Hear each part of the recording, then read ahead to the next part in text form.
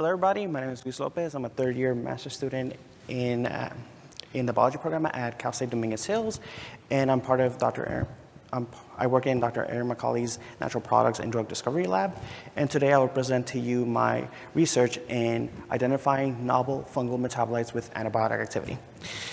So let me take you to the world of natural products. Many of you may not know what natural products are, but natural products are compounds produced by organisms that are not required for normal biological functioning, but they serve as an evolutionary adaptation to adapt to their local environment for chemical defense or communication. Unlike primary metabolites, they are normal for organisms to use to function for growth or for reproduction. And we have examples of natural products such as morphine that was developed from the poppy flower. We have penicillin that was developed from the penicillium strains. And we have the, aspirin that was developed from the salicylic acid derivative that comes from the willow tree.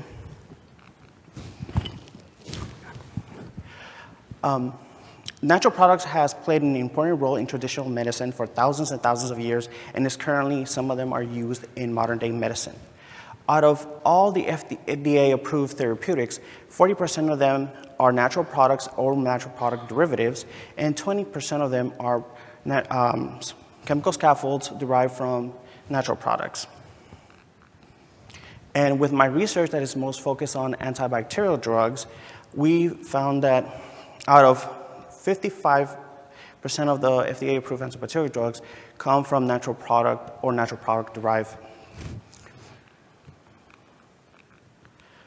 And some examples are rifampin and vancomycin that were isolated from bacterial species. And we have Biosef and Zanaletta that were extracted from fungal strains. Now, even though we have a large arsenal of antibiotics that exist in our modern day society, however, we are in high need of new antibiotics. In 2017, the World Health Organization created a priority pathogen list in which shows that there's 12 pathogens that are a danger and a threat to our global human health. But in 2024, which was last year, we had an increase by 3. So now we have 15 pathogens that we have to deal with because they're becoming antibiotic resistance against the current antibiotic arsenal that we have currently today. Even though we are required to have a lot of new antibiotics, we need more research, and also we know that natural products are a good source to find those antibiotic agents. My overall objective of my research is to find molecules that we can identify as novel chemical scaffolds from marine-derived fungi that exhibits antibiotic activity towards a Pseudomonas strain.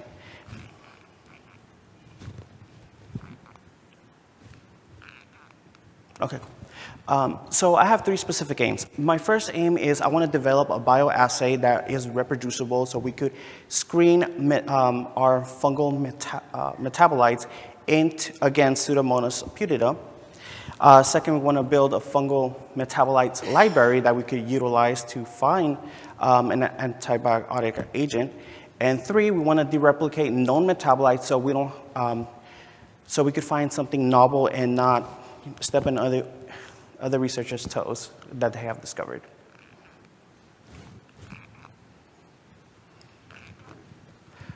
So aim 1, we're going to develop a reproducible 96-well biological antibiotic screening assay using a BLS level 1 Pseudomonas putida. Okay. So the reason why do I pick Pseudomonas putida? So Pseudomonas putida is a biosafety level 1 bacterial strain that we could use in an undergrad setting.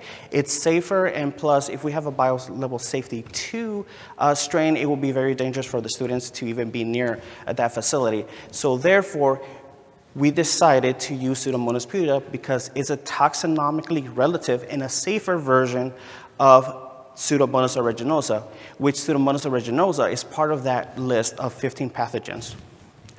And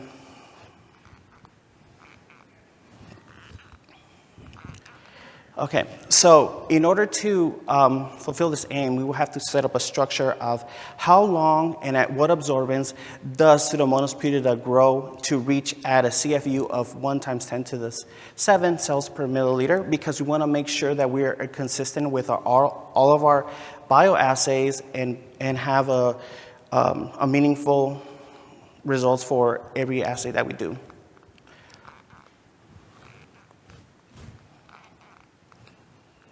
I think we're losing battery. So part 2, when we're doing the CFU, we decided to do the optical density at 600 nanometers to figure out the absorbance and how much of those molecules are found at that particular absorbance, because we want to make sure that we don't go above the cell count, because at some point the cells are going to start dying out and we're going to lose a lot of viability of the cells. And as a result, from counting the CFUs, we found the growth conditions that are perfect to start doing our bioassays.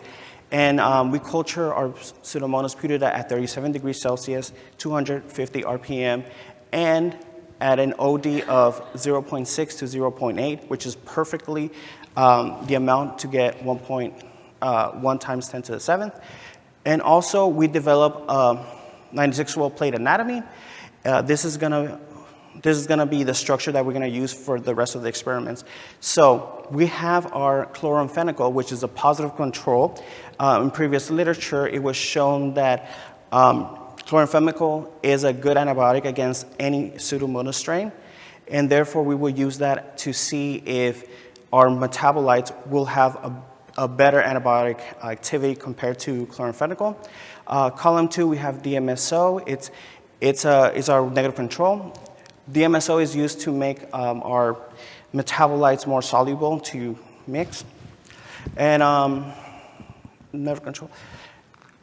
And we'll continue on.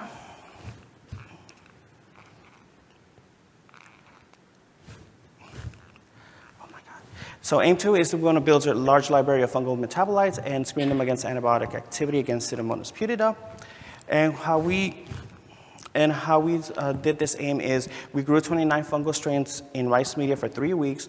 Then we extracted the natural products with ethyl acetate. And then after that, we used flash chromatography to make the complex molecules into simpler fractions. And we call them peak library fractions. And then after that, we loaded them in a 96-well plate so we could screen them for antibiotic activity against Pseudomonas putida. And then we will analyze the PLFs with high accuracy mass spectroscopy, and that will be discussed in aim 3. So we developed this assay. As you can see, this is our screening map where we have our positive control chloramphenicol, DMSO, and then our metabolites from columns 13 to 10. And notice that in our picture on the right, we have wells that are very cloudy, which shows that there's a lot of bacterial growth, and those that looks lighter, that means that there was antimicrobial activity. And for results, we have results in which DMSO is going to be used as our standard at 100% growth. We have chloramphenicol, which is labeled CAM, has a growth of 18%. And if you look at our the right side, we have select metabolites that exhibited antibiotic activity, and the best ones is C42, B52, and C49, B40. C42 just means that it's called Cruise 42 because it's a particular strain number.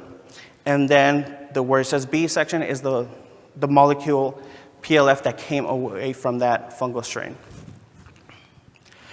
Out of 29 strains, we generated 752 PLFs, and then from those 752 PLFs, we found 17 hits out of 9 strains. For aim 3, we're going to dereplicate null metabolites so we can make sure that we don't we find novel molecules, and there are so. The methodology-wise in aim 3, the whole aim is to discover if the metabolites are known and to focus on ones that are undiscovered.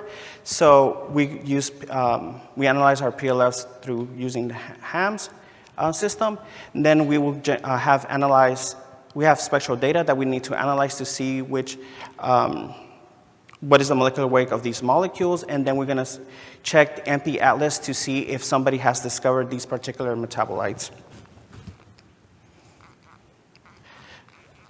And as a result, we have some known metabolites, as you can see in these pictures, and then we have 5 PLFs out of 3 strains that are novel, which we found that it hasn't been recorded in previous literature, which in the future works, we will purify the metabolites, determine the structure, and then we will use MIC to discover what is the minimum dosage to kill off the pseudomonas.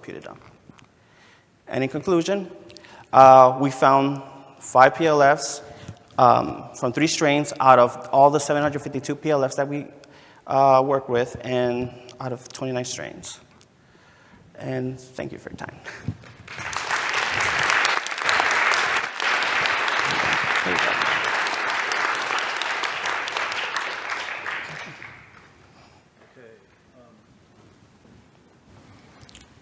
Hello. Okay, sorry.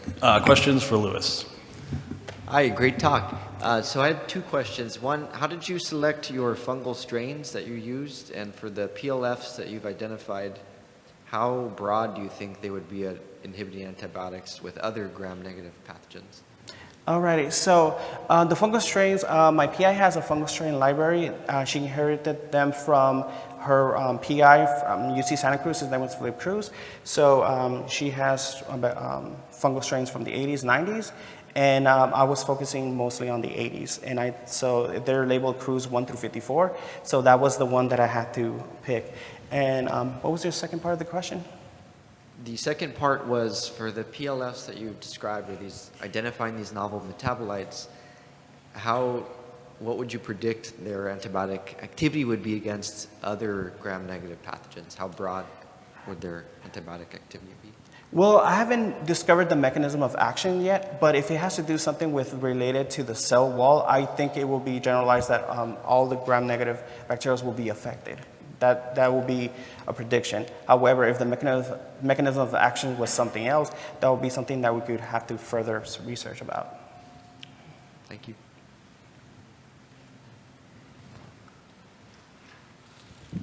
So I feel like you were probably working a lot with chemistry students or a chemistry lab with all the mass spec that you were doing. Do you have any plans to continue this project by synthetically making these metabolites maybe? Are you going to partner with a chemistry lab to see if you can just create them without using fungi at all?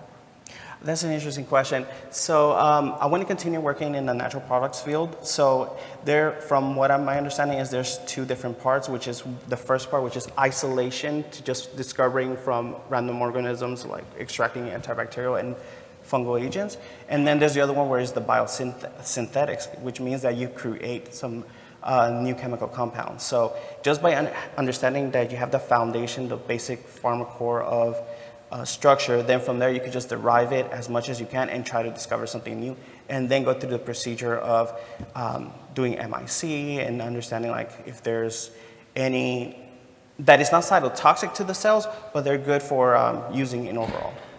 And then I have another quick question. It was really cool how you designed this 96-well plate assay to really test if these metabolites are effective antibiotics. I kind of want to know what the timeline of that was, like everything from culturing the bacteria to how long it took to actually find out if the metabolites work against the bacteria. Oh, let me tell you a long timeline. Okay, so in the first round, I will have to grow my fungal strains. It will take 3 weeks in rice media by itself, assuming that it works. So we usually have 25 beakers that we have to make sure that all of them are at least growing, assuming that they grow, right? So after that, we have to take it to the flash chromatography, which should be no less than a day. We can get all that information. And then on top of that, when I was doing the CFUs, it took us around, 3 rounds just to find the right absorbance. Because there's issues where, according to biological Carolina, Pseudomonas putida will grow at 20 degrees Celsius for 24 to 48 hours. However, we want to expedite that by growing it at 37 degrees, and that would have been much safer because if the bacteria, since we found out it grows in 4 hours and to the perfect bacterial cell number, then we're able to do the bioassays within a day. And we were able to do 6 to 8 bioassays in one full day in about 10 to 12 hours. So I was literally in lab all day just to get the bioscreen. So first I have to grow the bacteria, then I have to prepare my bioassay 96 wells, and that even with a multi-channel pipetter, it will take a very long time. And just think about how I'm gonna get carpal tunnel here at some point. So it just took us a long while just to do that. After I finish the screening, it will take 24 hours for it to grow to find out if there's to look at the absorbers in the spectrophotometer.